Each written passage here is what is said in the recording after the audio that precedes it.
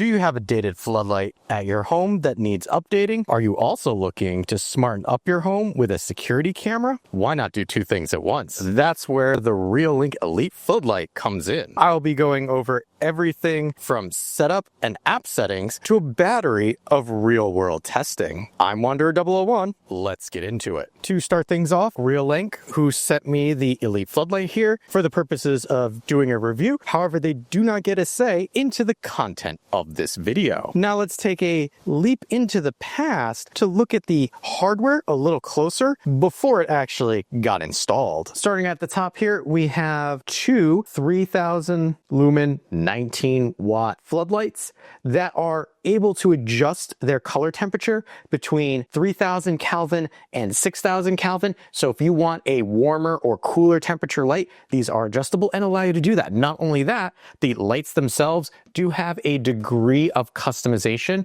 So if you have this in your standard form, you can have that. Or if you're like me and probably will be mounting this on a ceiling, I can flip this around thusly and have them illuminate that way. So there is some versatility to the actual camera system itself. We're gonna come down to the camera itself.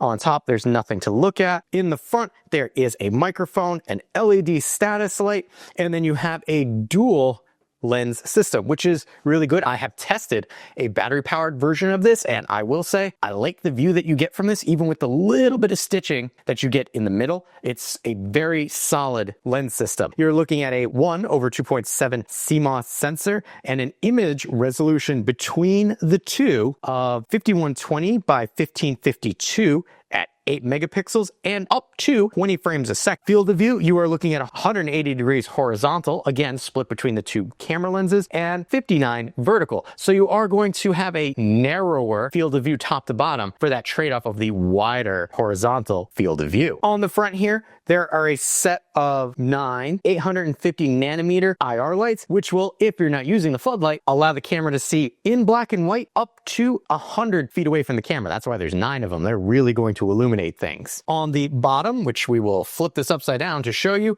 there is a screwed in slot for your micro SD card. This can accept up to a 512 micro SD card, but is also compatible with Reolink's Home Hub or an NVR system, so you don't have to rely on local storage. However, if you do, it's screwed in there, so makes it a little trickier to get at. There also is a small speaker on the bottom there. If we flip things around to the back here, just wanted to show you this really quick. I left it taped up. That's to kind of keep the back in place. So we're going to take this off. This is a little rubberized backing. There is a port cutout right there, and that is for something that is not included at the moment, which is the ability to power this not via the actual cableage into a junction box, but rather plugging it into AC. The adapter here has a little leveling bit right there, which I kind of like. As I mentioned before, here's your junction wiring, and then here there is a little cable to hang this while you're setting it up. Realistically, Reolink has done a lot to make the installation of this as easy as possible, and there's a nice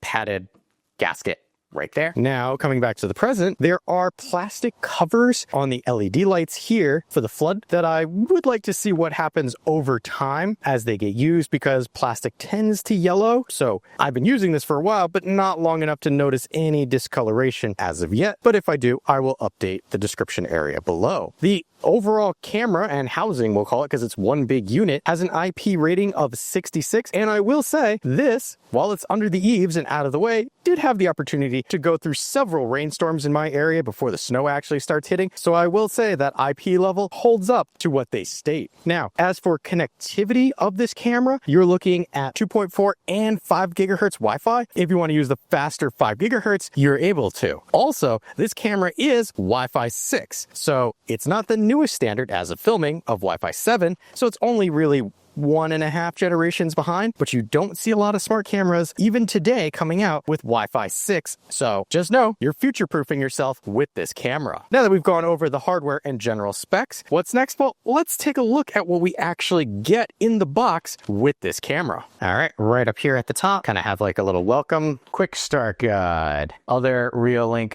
security options, warm tips, surveillance sticker and kind of a general wiring. And in here, they actually give you some equipment, all of our odds and ends. So we've got wire caps, covers, screws, everything's labeled too, which I kind of like. That's nice. It's a USB-A to USB-C. Got a bracket to help keep that in place. And you have the floodlight camera itself. Now that we know everything we get, time to move on to setup. Setup is different than installation. Setup is recommended to be done before actually installing in place. In fact, Reolink provides you the cable so that you can actually plug this in and set it up without having to tap into those line wires. So let me show you what setup is like before we get this installed. To start the setup process for the Reolink Elite Floodlight here, you're going to take your bottom here, which has a nice rubber channel, but this has the power button as well as a USB-C slot to actually get this set up prior to going out and hanging it up. So it is recommended that you do that. So I've taken that off. I'm going to use the included cable to get this powered up. And here we go. Plug that in and we're going to see that lights up. Might be difficult to see. There is a faint blue light right there and I just heard it click. There we go. Blue light should be more visible now.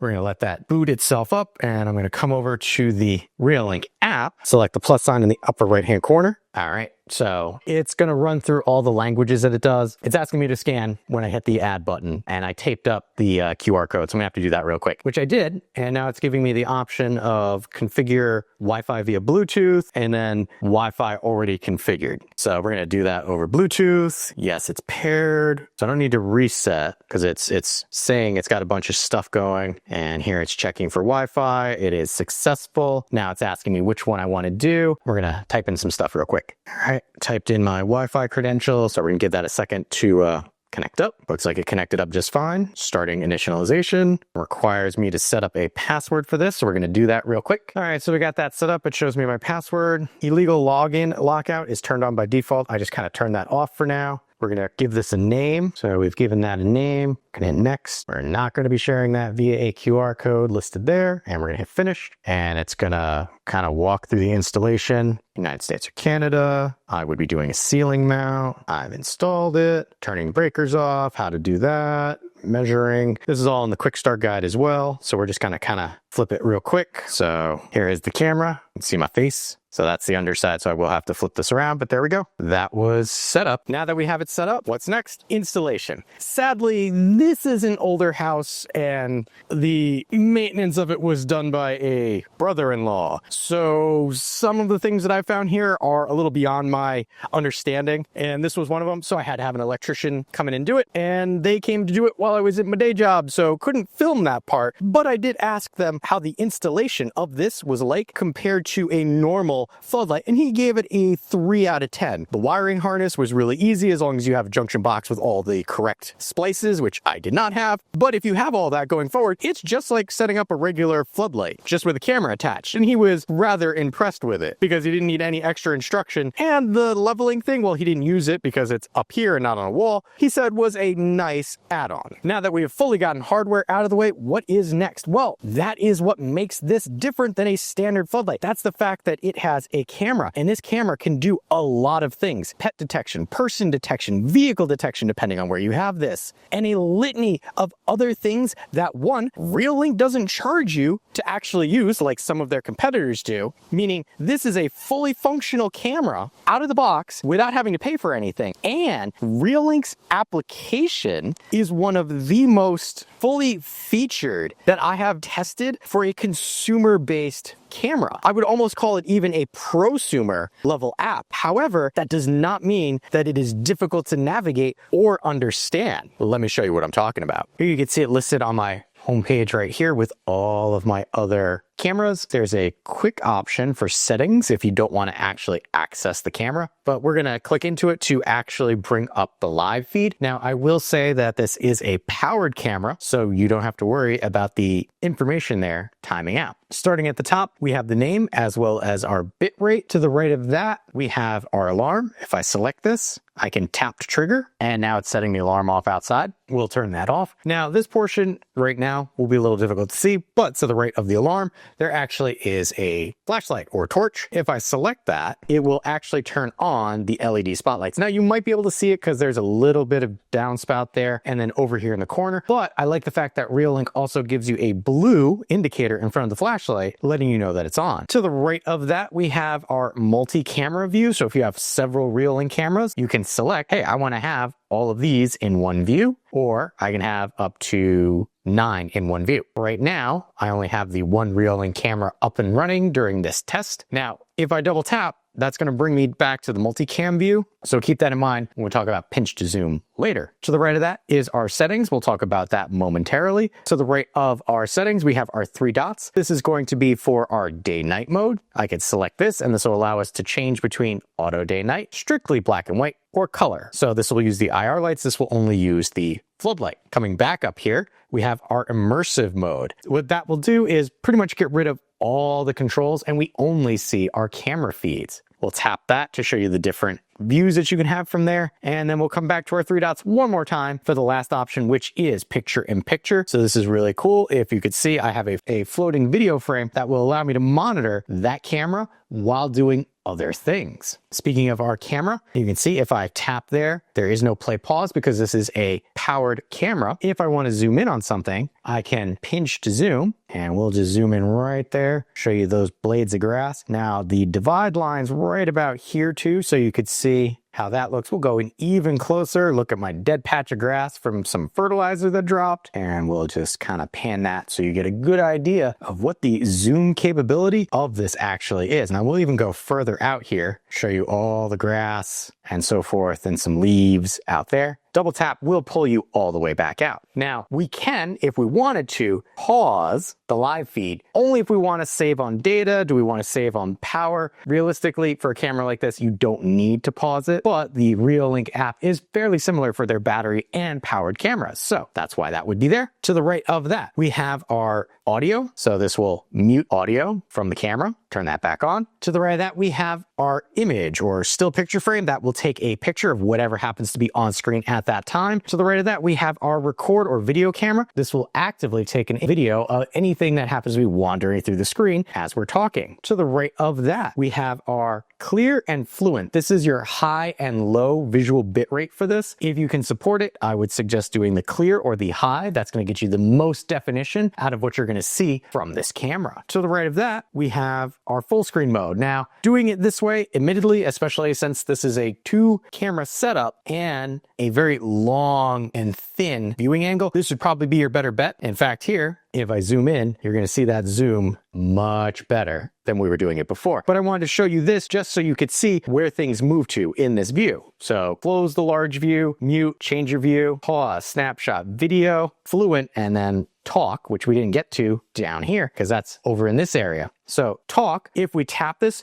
will allow us to do full duplex, meaning I'm talking and the person outside is hearing me and can talk back in real time without me having to hold down this button. You can tap to stop and then hit the X to close. Next, we have our playback area. We'll give that a second to load up. Now, this is the local playback area, and you could see, because I've been out there a couple times today, messing around, there's a lot of things on this timeline. And we have dates at the top, so I can change between the 27th and the 28th right now. If I don't like this particular view, I can select here, and this will give me a camera view. Anything that's white will allow me to see what was seen on those days. Over here, instead of a timeline view, this can give you a kind of thumbnail view. And if we want to get out of that, we simply hit the X, but we're going to go back because we're going to do some things. We're going to filter. So we could filter for motion, person, vehicle, pet, line, cross. Talk about that later. Same thing with intrusion and loitering. Right now, we're going to do person and animal. I'm going to hit confirm. And what this is going to do now is narrow it down to just people and pets. So we're going to go this way when I was out there doing things. So here is a person. So if I select that, I'm going to bring up that clip and I will probably show up. Yep, there I am. We can pause this. Upper right hand corner here, we can select our speed. We can increase the speed to 16 times. We could decrease the speed to 0.25, and then we can download. If I select this download, this will allow us to clip or change the actual length of this. So you can see I'm wandering around up there, but I will come across and cut back in right there. So if I don't want it to go any further, I could just shrink that. And then instead of being that longer clip, it's this 23-second one. And then I can select download. The fluent only means that it's the high resolution clip. Now, you saw me filter for specific things. Reolink has a new trick up their sleeve, which is this magnifying glass with the little gem star next to it. This is AI video search. So right here,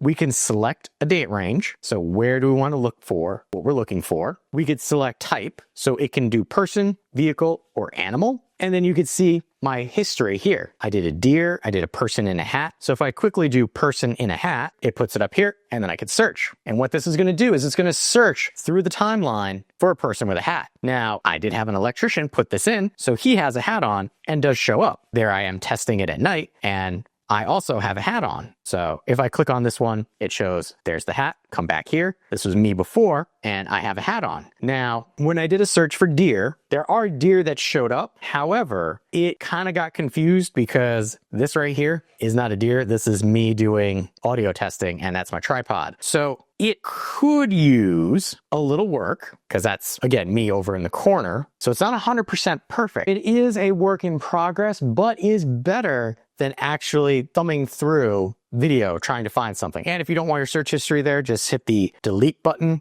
delete all, and all your search history is gone. So if you want minute directions for how to properly search a little better, hit that question mark. But also the more data that it has, the better that AI will get. So over time, I can see that getting much better. Here we have our cloud event to the right of that, which I'm not using any of their cloud services, so nothing's populating there. So that's everything for our camera controls for the Elite Floodlight. Let's go up to our settings. Starting at the top here, we can see the name as well as the image and our micro SD card and how this is attached. Right now, it's attached via Wi-Fi. And if you wanted information about their cloud storage services and fees, you can see that there. Moving on, we have our Wi-Fi. So if you need to change your Wi-Fi, you can do that there. Next, we have display. That's going to show you exactly what we're looking at. Right there is a live feed. We have our stream. I can select clear, fluent. I can change my frame rate. I can change my bit rate. I can also make changes in here for specifics if I wanted to. You could see there is a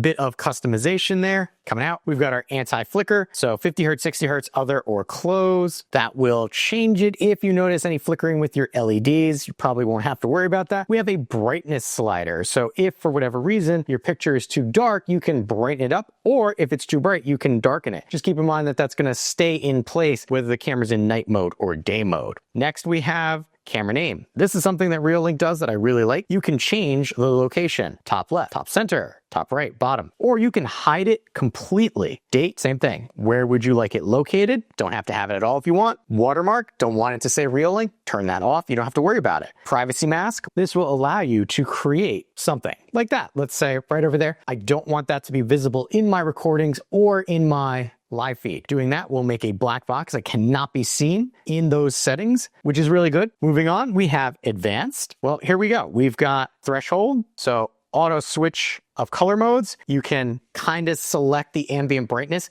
before it changes over to the next mode, which is something I haven't seen really in other cameras. So that is a unique feature in my opinion. And then we have our image stitching. So there is a line down the center of this because this is two cameras that stitch the video together. And if you need to try and adjust how that looks, you can do so right here. Horizontal, vertical, you can manipulate it to make it look a little better in the stitching if it looks really off for you. So that was under advanced. Next we have brightness and shadow. Well, I have everything on auto, but if you don't want to, color day mode, turn that off. You can change your brightness, change your shadows. Same thing for black and white. And then color night mode. This is the area where you can change how your picture looks overall. But for me, I leave it on auto because the camera does a pretty good job of selecting the correct color and brightness saturation for me. Coming back, that was all under display. We'll move on to sound. Got to make sure that this is on if you want to hear sound in your recordings. We have our sound test. You can tap that and it will send an audio signal.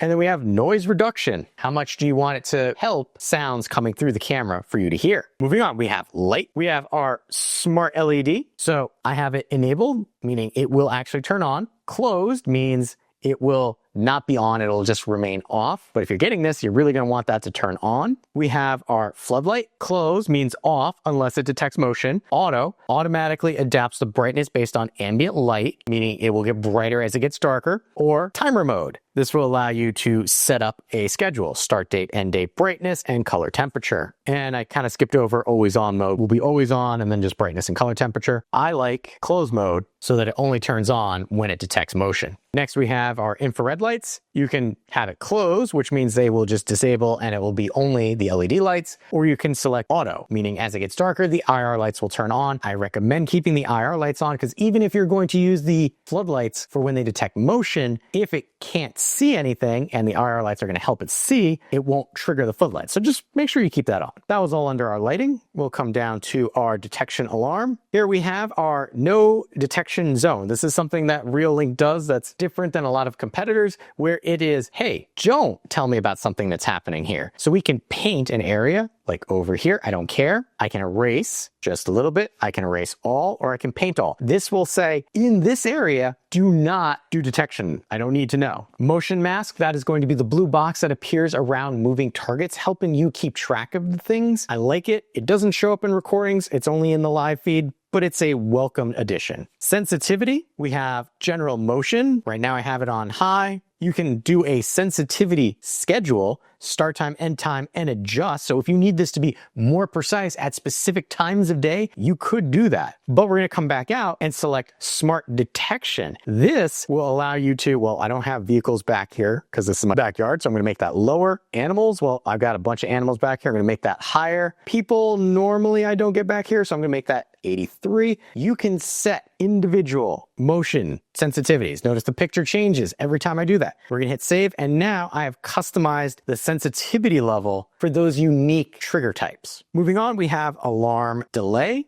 So how quickly do you want your alarm to sound should something trigger it? Person, you want it right away. Maybe for an animal, you want to give them a few seconds, all the way up to 8 seconds before an alarm triggers. I'm going to say, yeah, we'll leave it at 1, giving them the opportunity to move along before they get scared from noise. Next, we have object size. So this is a min-max for person, vehicle, animal. You can create what is the minimum object size for a person before you get a notification. You can also select a maximum size. This would make more sense with pets or vehicles where you care about larger vehicles maybe, or you're looking for a particularly small vehicle that you want to get notified of. That is where this would come in handy. And you can set up many of them in that view. Perimeter protection. These are newer. For Reolink, we have a line cross alert, meaning if there's a specific area, and here we could say person, vehicle, or animal, I can move my line cross. And notice I can kind of make some adjustments here with these little plus signs, and the line cross is going to be either direction, and you'll get a notification if somebody crosses, and you have a sensitivity scale. Now, there's also zone intrusion, which is similar to line cross, but is more of a box. So if I select edit, I can change the shape of this.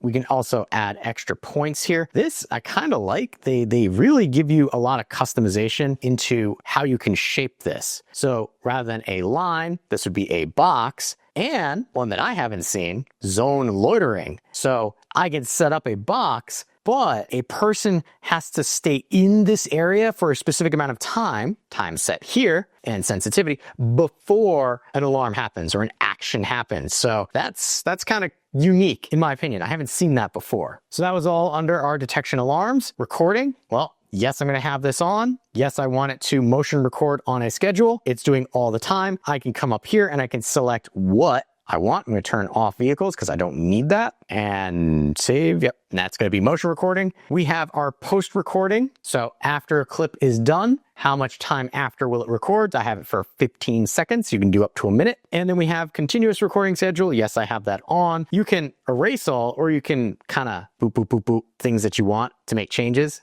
But if I've learned anything, it is very good to have a powered 24/7 recording device on your property, and you might as well utilize the continuous recording feature. Here we have push notification. Right now I have that turned off, but we turn that on. We can set a schedule as to when I want to be notified, as well as, just like before, what do I want to be notified about, which is really great. So you're not going to get bombarded with things. And then push interval. How often do you want this to happen? 20 seconds up to 120 seconds. Part of me wishes there was a lower. I want to see a 0 in there, Reolink. If I want to be notified, I want to be notified now. And then here we have device notification ringtones. You can check that. There also is, if you have this enabled, a test option up there so you can make sure that you're actually going to receive the push notifications. Coming down, we have email alerts. Well, you have an account, you can receive email alerts. You just have to set it up to receive, instead of a push notification, a email, because some of us don't have our phone on us all the time. Moving down, we have FTP. If you know how to set up an FTP server, well, here you go. You have all the tools that you need to do that. If you don't, you probably want to stick with using either Reolink's MVR or their home hub, or just the local storage on the camera. Moving on, we have our floodlight. We can turn on and off our spotlight when it detects. Well, if it detects person, vehicle, pet, I'm going to leave that all on just in case. Continuous flashing, don't necessarily need that to happen when it detects somebody, but you can do that for 10 seconds or up to 30 seconds. I'm going to turn that to stay on, because if it detects somebody, I don't want it flashing the light. I just want it to stay on so I get a good view of them and they know somebody's watching. So that was all under floodlight. Siren, we can turn that on or off. We've got our siren sounds. We have our default sound, which sounds like this.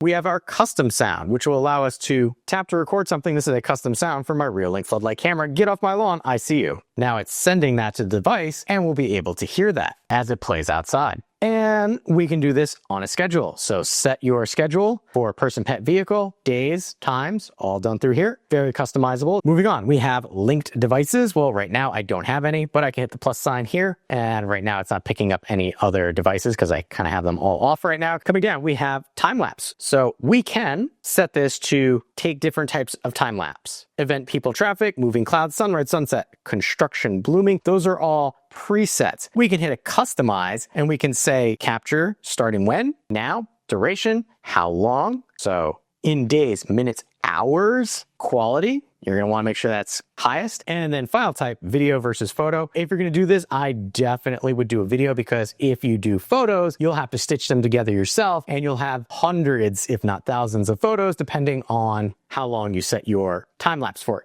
It's a interesting feature. Not everybody's going to use it, but I'm glad it's there. Moving on, we have file encryption. So this will encrypt all the data that's on your SD card and require an encryption code to unlock it. So if you're security minded, that is an extra level of protection that your SD card has from other people being able to see. So if somebody takes your card, they won't be able to access it without that code that you set up. After that, we have advanced. We can share this device, hit the plus sign up here, allow management, allow view only, authorization ends and remarks, and then generate an activation code. Somebody will need to have their own Reolink account in order to do that, but that's the level of customization that I was mentioning. Not only is it sharing the camera, it's how long and what level of access do you want them to have. It's great. Illegal login lockout, I have this off for my testing purposes, but what this will do is if it's enabled, if somebody tries to log into the camera itself too many times, it will lock them out if they don't use the correct password. Then we have change device password,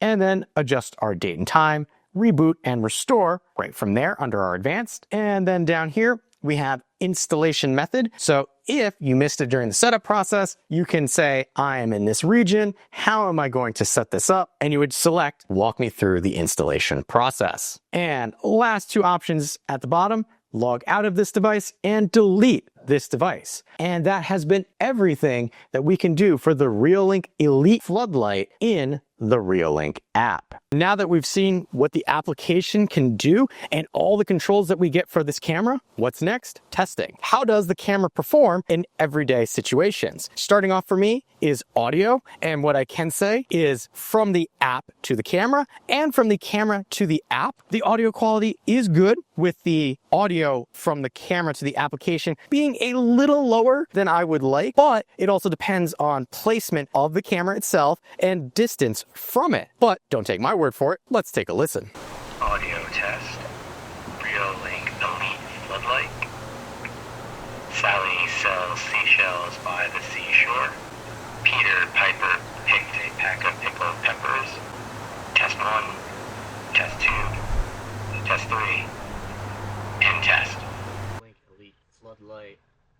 Sally sells seashells by the seashore. Peter Piper picked a pack of pickled peppers. Test 1, test 2, test 3, and test. With audio down, let's talk video. I will start off by saying in the upper right-hand corner there, I will have a link to the raw video that I took from this, as the video that you're going to see here is downscaled for this 1080 video. Starting off with the day, images are sharp and clear with no detectable motion blur. Colors are well defined with no oversaturation, even using the auto levels that the camera has. Only a little noticeable distortion when crossing over from one lens to another, but it's not that bad, all things considered. Only a small amount of artifacting is noticeable on fast-moving targets, which is really good, showing you the compression that this camera is doing, because I've had similar cameras resolution-wise that show much more artifacting. In low light, meaning not IR and not triggering the LEDs here, image detail remains sharp and clear, colors remain true to life while being just a little muted. Some pixelization and motion artifacting can be seen around moving targets, but not enough to detract from the overall video, even on faster moving targets. Video at night using the IR, images are clear, but image quality is noticeably less sharp than during the day or using the LEDs. Not to say that it's bad, it's just not as sharp as other options. Pixelization and artifacting is noticeable around targets, but image is still clear enough to know what is going on in the video. Now for the LED floodlights. Images from this mode will vary depending on many factors. Setup position, whether it's on a wall or under an eave like I have, light color and intensity, and the surroundings. Notice here I have a downspout really close to where this is, and light, depending on where I had it, did bounce off on that. For my testing, when I was using max brightness and the white color temperature, depending on how I had the light on the camera set, I could see, as I mentioned, bounce back from the gutter that's right there. So there might be a little bit of work needed to get the best picture from this at night. But once you get it locked in, images are clear and detailed, colors look good, and there's a good throw distance for the LEDs. There is some pixelization and artifacting that can be seen on moving targets, but nothing so bad that it takes away from the actual identification of the target on screen. So just know it is worth doing several tests to get this exactly how you want. With video out of the way, what's next? Well, for me, I like to do detection speed tests because one, this is a wired solution and can record 24/7, which I highly recommend having at least one camera in the front and back of your house that can do this. Battery powered cameras are great, but wired detection with 24/7 recording means you'll never miss anything. Now, because this is a wired solution, it does pixel-based motion detection, meaning it compares frames of video and then goes, hey, this is different. I notice a pet, a person, or a vehicle. Pixel-based is always going to be much faster and much more reliable. Let me show you. All right, detection speed test, Reolink Elite Floodlight Cam.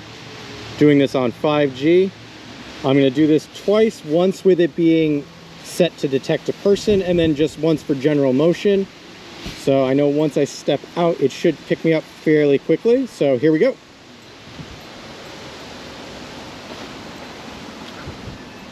All right, go to some shade. So 3.5 seconds, probably a little less because I had to hit that. We'll do that again, one more time. Reolink Elite Floodlight motion detection. We're gonna see this, it should catch me much faster because it doesn't have to figure out I'm a person. So right about here, it should start seeing me. Yeah. Oh, that's even person detection, not even motion detection. 2 seconds. Not bad.